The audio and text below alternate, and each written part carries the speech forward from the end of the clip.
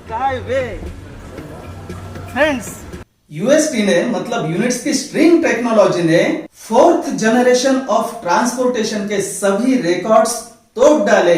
UST मतलब units की string technology, जिसका पहले स्काईवे नाम था। अभी उसका न्यू ब्रांड जो है उसे यूएसटी कहते हैं। वो रिकॉर्ड्स चाहे सेफ्टी के हो या इको फ्रेंडलीनेस के हो या फिर कॉस्ट इफेक्टिव हो, सभी रिकॉर्ड्स तोड़ डाले पूरे दुनिया के, और दुनिया को दिया न्यू जनरेशन ऑफ ट्रांसपोर्टेशन, जिसे हम कहेंगे अभी 5th जनरेशन ऑफ ट्रांसपोर्टेशन। मित्रों, पहले देखते हैं कि अभी तक के जितने भी जनरेशन ऑफ ट्रांसपोर्टेशन है वो कैसे हुए, शुरुआत से अभी तक क्या हुआ वो देखते हैं। तो सबसे पहले पैदल मार्ग तैयार हुआ, पैदल चलने का, पांव से अपने ही। उसके बाद प्राणियों का उपयोग मतलब घोड़े का उपयोग करना चालू हो गया और उससे घूमना चालू हो गया। फिर धीरे धीरे प्राणियों के चमड़े का उपयोग करके उसका सैडल बनाते थे, घोड़े पर रखते थे, वो खोगिर जिसको हम मराठी में बोलते हैं, और उस पर बैठ के चलते थे। तो फिर घोड़ा दौड़ाने की तकलीफ नहीं होती थी, तो आराम से कई लंबी दूरी सफर कर सकते थे। उसके बाद मित्रों जो पॉटर है, पॉटर मतलब कुम्हार, तो कुम्हार मिट्टी के पॉट बनाता था कि जिससे फिर गोल चक्के का शोध लग गया, व्हील बन गया। तो उससे फिर वो सोचते सोचते धीरे धीरे घोड़ा गाड़ी बनने लगी, और उस घोड़ा गाड़ी में लोग खुद भी जाते थे, सामान भी लेके जाते थे कहीं भी। धीरे धीरे उसमें अच्छा संशोधन होते गया और अच्छे क्वालिटी की घोड़ा गाड़ी बनने लगी, जिससे कि लंबी दूरी भी तय कर सकते थे, और चक्का तो गोल था इसलिए ज्यादा भी सामान लाद कर कहीं भी जा सकते थे लोग। और ये चक्के का शोध मित्रों 5,500 साल के पहले लगा और हजारों साल ये सिलसिला चला। गोल चक्का होने के कारण कम से कम एनर्जी लगती थी और ज्यादा से ज्यादा सामान भी लाद कर कहीं भी जा सकते थे लोग। उसके बाद धीरे धीरे 1712 में स्टीम इंजन का संशोधन हो गया। कोयले से पानी की भाप बनाते थे और उससे इंजन चलाते थे। और धीरे धीरे 1804 में दुनिया की पहली स्टीम पर चलने वाली ट्रेन आ गई, मतलब स्टीम इंजन पर चलने वाली ट्रेन। तो लोग उससे दूर की यात्रा भी तय करते थे और अपना सामान भी दूर दूर लेके जा सकते थे। धीरे धीरे स्टीम इंजन का आकार छोटा करते गए और छोटा वाहन तैयार किया, और 1885 में स्टीम इंजन की कार भी आ गई, जिसे रेल लाइन की जरूरत नहीं थी, और उस कार से छोटी दूरी या फिर लंबी दूरी का अंतर भी तय कर सकते थे, यात्रा कर सकते थे दूर भी। धीरे धीरे स्टीम इंजन का उपयोग पानी में चलने वाली बोट में भी शुरू हो गया और बड़े बड़े जहाज में भी शुरू हो गया। उस स्टीम इंजन से टरबाइन इंजन जो है वो चलता था, और उस जहाज से भी दूर की यातायात भी सरल हो गई, ज्यादा सामान भी लेकर दूर भी जा सकते थे पानी में से भी। तो पर्यटन और भी सरल हो गया। अब हाथ से चप्पू चलाने का काम भी बचा नहीं, क्योंकि वो स्टीम इंजन से आसान हो गया। सन 1900 में राइट ब्रदर्स ने दुनिया का पहला ग्लाइडर हवा में चलाया। कुछ मीटर की दूरी वो तय करता था, लेकिन मित्रों ओरिजिनल कथा अलग ही है। ये तो इन्वेंशन भारत का है ओरिजिनल, वो तो चुराया गया है, ऐसा मैंने सुना है, इंटरनेट पर देखा है, आप भी देख सकते हो। तो उसके बाद धीरे धीरे इंजन का उपयोग करके अच्छा विमान भी तैयार हुआ, और उस विमान की स्पीड भी बढ़ गई, और धीरे धीरे इंटरस्टेट बोलो या फिर इंटरनेशनल या फिर इंटरकॉन्टिनेंटल, मतलब अपने देश के देश में या फिर इस देश से दूसरे देश में या फिर इस खंड से दूसरे खंड में भी जाना आना चालू हो गया। ऊपर से, हवा में से, आकाश मार्ग से, वो भी उच्च गति का विमान जो हजारों किलोमीटर की दूरी कुछ घंटों में ही पार करने में सक्षम है। धीरे धीरे स्टीम के जगह फॉसिल फ्यूल का उपयोग करना शुरू हो गया, जिसे हम जीवाश्म ईंधन कहते हैं, जिसमें पेट्रोल और डीजल आता है। जिसका फायदा यह हुआ कि ऑटोमोबाइल के वाहन छोटे, शांत, मतलब ज्यादा आवाज न करने वाले, ज्यादा तेज भागने वाले और ज्यादा आरामदायी बनने लगे, जिन्हें हम कार्स कहते हैं। बाइक, स्कूटर्स को एक या दो लोगों के लिए और शॉर्ट डिस्टेंस के लिए उपयोग में लाया गया।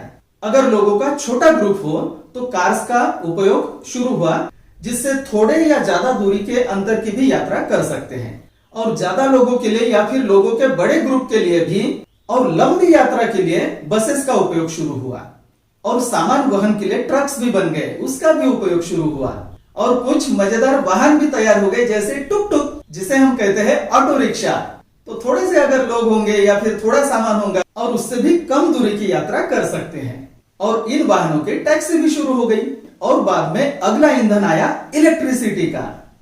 पहले इलेक्ट्रिसिटी पर चलने वाली ट्रेन की शुरुआत हुई और बाद में कार्स और बाइक्स की भी।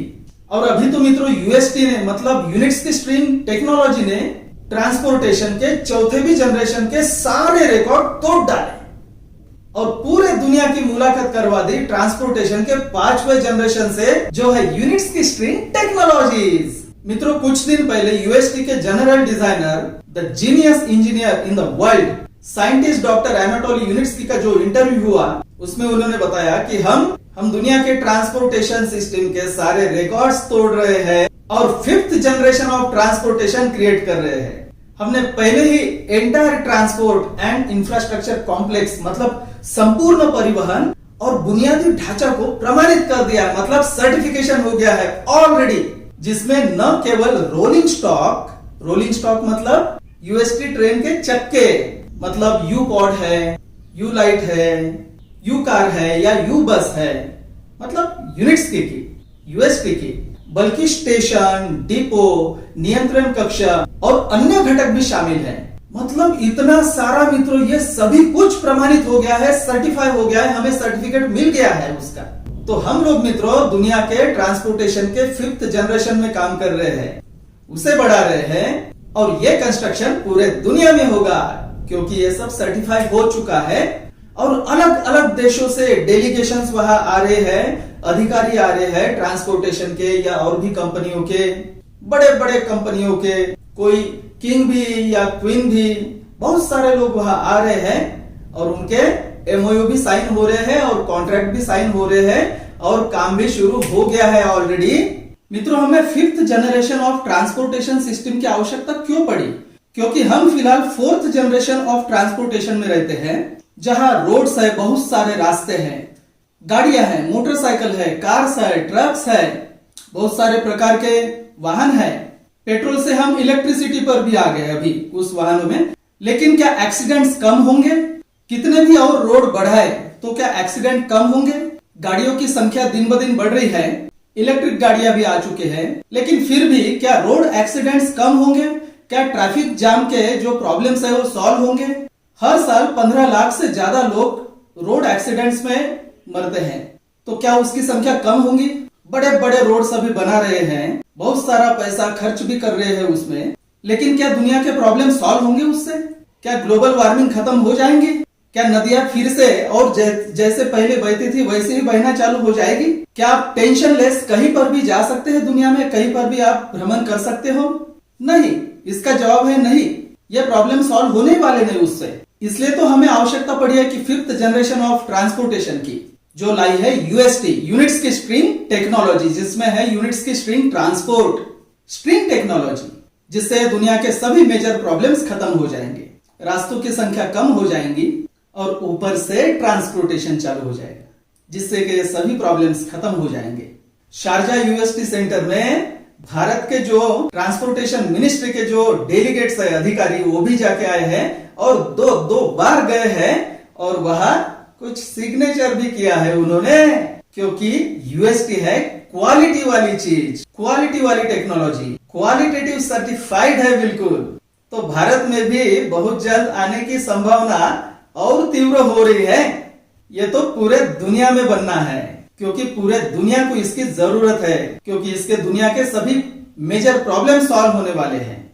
इसमें वो क्षमता है, एक्सीडेंट के प्रॉब्लम्स, ट्रैफिक जाम के प्रॉब्लम्स, पार्किंग के प्रॉब्लम्स, वायु प्रदूषण, आवाज प्रदूषण, ग्लोबल वार्मिंग का प्रॉब्लम, रहने के लिए जगह भी बढ़ जाएगी मित्रों, क्योंकि ये ट्रांसपोर्टेशन सिस्टम तो ऊपर से है, नीचे जगह खाली हो जाएंगी, जंगल बढ़ेंगे, जंगल जुड़ेंगे, छोटे बच्चों का बचपना वापस आ जाएगा, क्योंकि वो अपने घर के सामने खेल सकेंगे, गुल्ली डंडा भी और कंचे भी, और हम भी खेलेंगे। ट्रांसपोर्टेशन रहेगा ऊपर से और नीचे बिल्कुल हम आनंद से मजे से बिल्कुल चलेंगे, फिरेंगे, नाचेंगे, गाएंगे, ऐश करेंगे। बेरोजगारी के, गरीबी के, ये सभी जो मेजर प्रॉब्लम्स है स्वास्थ्य के, क्योंकि इससे हमें केमिकल वाला खाना खाने की जरूरत नहीं रहेगी, हम नेचुरल फूड खाएंगे बिल्कुल। बिल के जो प्रॉब्लम है, इलेक्ट्रिसिटी का, इंटरनेट का, ये सब प्रॉब्लम सॉल्व हो सकते हैं और होंगे अगर ये तंत्रज्ञान पूरे दुनिया में बना तो। और इस तंत्रज्ञान की पूरे दुनिया को जरूरत है करके ये बनेगा, बनना ही है। अभी तो शुरुआत है मित्रों, आगे आगे देखो होता है क्या। ये दुनिया हम ही स्वर्ग बना सकते हैं, क्योंकि हम ही तो कारण है नर्क बनाने के लिए। तो हम ही स्वर्ग बना सकते हैं, अपना स्वर्ग अपने हाथों में। और इसमें इन्वेस्टिंग का अवसर है मित्रों हमारे पास, मतलब को ओनर बनने का इस कंपनी का, इस महान तंत्रज्ञान का। और वो अवसर दुनिया में पहली बार किसी ने दिया है हमें, और वो है यूएसटी के जनरल डिजाइनर एनाटोली यूनिट्स के। उसके बाद मित्रों नक्कल चालू हो गई दुनिया में क्राउड इन्वेस्टमेंट की। तो अगर आप चाहते हैं कि ऐसे इतने महान तंत्रज्ञान का, इतने बड़े तंत्रज्ञान का, the largest IPO in the world का हिस्सा बने, हिस्सेदार बने, उसका को ओनर बने, उसका इन्वेस्टर बने, तो अभी ये सबसे अच्छा मौका है, सबसे अच्छा अवसर और सबसे अच्छा समय है। इस तंत्रज्ञान में $50 से लेकर तो बड़े पैकेज आप खरीद सकते हैं, मतलब $50 से भी इन्वेस्टमेंट कर सकते हैं और आप इस तंत्रज्ञान के को ओनर बन सकते हैं। इसमें आपको हिस्सा मिलेगा, मतलब शेयर्स मिलेंगे उसके प्री आईपीओ में, क्योंकि अभी यह कंपनी वेंचर मार्केट में है। वेंचर मार्केट का मतलब क्या होता है कि ओपन मार्केट के पहले की स्टेज, और इसके 15 डेवलपमेंट स्टेज में से 14.2 नंबर की डेवलपमेंट स्टेज अभी चालू है। मतलब 15 डेवलपमेंट स्टेज खत्म हो गए कि अपना डिविडेंड चालू होगा, जो भी इन्वेस्टर्स है इसके को ओनर्स उनका। और ये 15 डेवलपमेंट स्टेज कंप्लीट होने के बाद हमें ये डिविडेंड शेयर्स नहीं मिलेंगे। ये जो एक्सक्लूसिव शेयर्स है जो हम अभी खरीद सकते हैं वो नहीं मिलेंगे। मतलब हम उसके बाद इस प्रकार के डिविडेंड वाले को ओनर नहीं बन सकते इस कंपनी के। उसके बाद शेयर्स मिलेंगे वो सिर्फ टारगेटेड प्रोजेक्ट्स के। और अभी हम $50 से भी इसमें इन्वेस्ट कर सकते हैं। इसमें $50, $100, $250, $500, $1000, $2000, $5000, $10,000, $50,000, $1,00,000 के शेयर पैकेजेस हैं। आप आपका मनचाहा शेयर पैकेज इसमें खरीद सकते हैं। हम तो मित्रों 2018 से नॉन स्टॉप इसके शेयर पैकेजेस हम खरीद रहे हैं। अभी अभी आपने इसके पहले का भी अगर हमारा वीडियो देखा होगा 8 दिन के पहले का, तो हमने अभी भी जो अभी कंपनी ने ऑफर दी है सबसे अच्छी ऑफर होलोग्राम की, मतलब faces of the future share package की, जो $5000 का शेयर पैकेज है, वो फिलहाल सबसे खास शेयर पैकेज है। तो वो हमने अभी नए वाले 5 शेयर पैकेज खरीदे, मतलब $25,000 के, जिसमें समझो $5000 का जो शेयर पैकेज है ये होलोग्राम का, फेसेस ऑफ द फ्यूचर का, इसमें 4.5 लाख शेयर्स मिलते हैं। मतलब $1 को 90 गुना शेयर्स, ये फिलहाल सबसे ज्यादा गुना शेयर्स वाला पैकेज है। और इसमें हमारा चेहरा, हमारा नाम भी वहां 3D में दिखेगा। कहां? जहां इसकी इस टेक्नोलॉजी की शुरुआत हुई, बेलारूस में मिन्स्क शहर में जो इको टेक्नो पार्क है, वहां के यूएसटी म्यूजियम में अपना चेहरा 3D में दिखेगा। पूरे जगत के लोग देखेंगे पूरे इतिहास में कि ये लोग हैं दुनिया के जिन्होंने दुनिया सुंदर करने का प्रयास किया है, इस सुंदर टेक्नोलॉजी दुनिया में लाके। तो मित्रों इस समय हम होलोग्राम का पैकेज भी खरीद सकते हैं और अपना नाम, अपना चेहरा दुनिया के इतिहास में उजागर कर सकते हैं। बाकी तो जो नॉर्मल शेयर पैकेजेस है वो तो खरीद सकते हैं, लेकिन सबसे खास ये होलोग्राम का शेयर पैकेज है। और सबसे आखिरी की जो इसकी तारीख है वो है 31 अगस्त 2022। तो उसके पहले अगर आपकी इच्छा होंगी तो ये शेयर पैकेज खरीद सकते हैं। ये या तो आप एक साथ खरीद सकते हैं $5000 का, या फिर 10 महीने का इंस्टॉलमेंट शेयर पैकेज भी है इसका ही, वो भी खरीद सकते हैं। शेयर्स सेम मिलेंगे, सेम क्वांटिटी में, 4,50,000, मतलब 90 गुना, $1 को 90 का डिस्काउंट है। और हमने अभी 8 दिन के पहले हमारे घर के सभी लोगों के नाम पर वो शेयर पैकेज खरीदा है। मतलब सबका चेहरा वहां दिखेगा इतिहास में, सभी को, पूरे फैमिली का। तो अगर आप भी ये मौका गंवाना नहीं चाहते हैं तो ये सबसे अच्छा समय है होलोग्राम, मतलब faces of the future share package खरीदने का। आप कितने भी शेयर पैकेज ये खरीद सकते हैं, या आप अगर चाहे तो आप नॉर्मल शेयर पैकेज भी खरीद सकते हैं जो $50 से भी शुरुआत होती है। कभी कभी इसकी अच्छी ऑफर भी आती है। अभी सबसे अच्छी ऑफर ये होलोग्राम के शेयर पैकेजेस की है, मतलब faces of the future share package की। जिसमें शेयर्स बहुत बड़ी क्वांटिटी में है। तो मित्रों, आशा करता हूं कि आपको यह वीडियो समझ में आया होगा।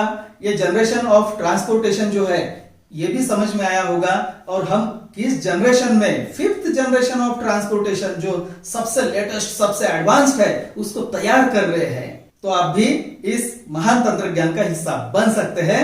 मित्रों, मिलते हैं आपसे अगले वीडियो में, तब तक के लिए यूएसटी बनाओ, धरती को बचाओ।